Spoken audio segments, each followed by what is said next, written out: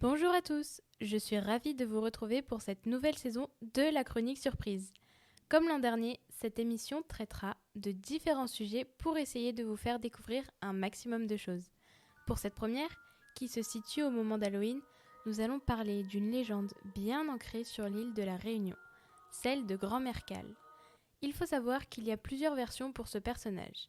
La première version était inscrite dans les contes pour, je cite, « les petits blancs des hauts », qui étaient des personnes à peau plutôt claire qui fuyaient la servitude. Selon eux, Grand-Mère Cale serait une sorcière qui enlèverait les enfants qui ne sont pas sages, qui ne se lavent pas ou qui n'obéissent pas. Ce serait donc l'équivalent de notre Père Fouettard. Une autre version, cette fois défendue par les personnes à peau plus foncée, avancerait l'idée que Grand-Mère Cale serait en fait Madame de Bassins. Mais qui était Madame de Bassins ? Eh bien, c'était une grande propriétaire terrienne et esclavagiste de l'histoire de l'île de la Réunion. Après la mort de son mari en 1800, elle gère le patrimoine familial avec habileté et fermeté et apparaît à cette occasion comme une femme à la santé de fer, travailleuse et organisée.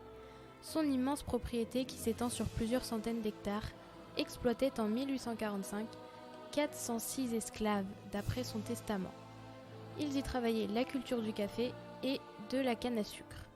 Cependant, le mythe de Grand-Mère Cale, qui serait Madame de Bassins, ne s'arrête pas là.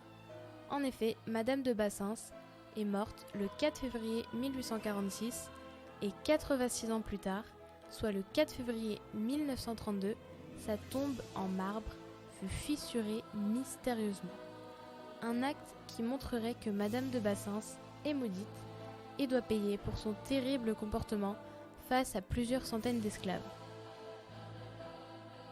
Il est tout à fait possible d'aller visiter ce domaine en vous rendant au musée Villèle qui se situe dans les hauteurs de Saint-Paul à La Réunion.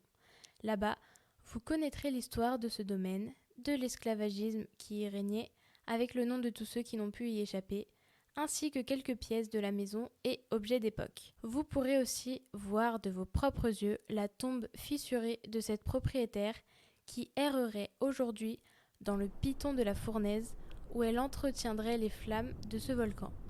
À chaque éruption, il est dit que les hurlements du diable se feraient entendre. Chauffez, Madame de Bassins, chauffez! Il est maintenant temps de se quitter. J'espère que ce premier podcast de la saison vous aura plu. On se retrouve le mois prochain pour une nouvelle chronique surprise.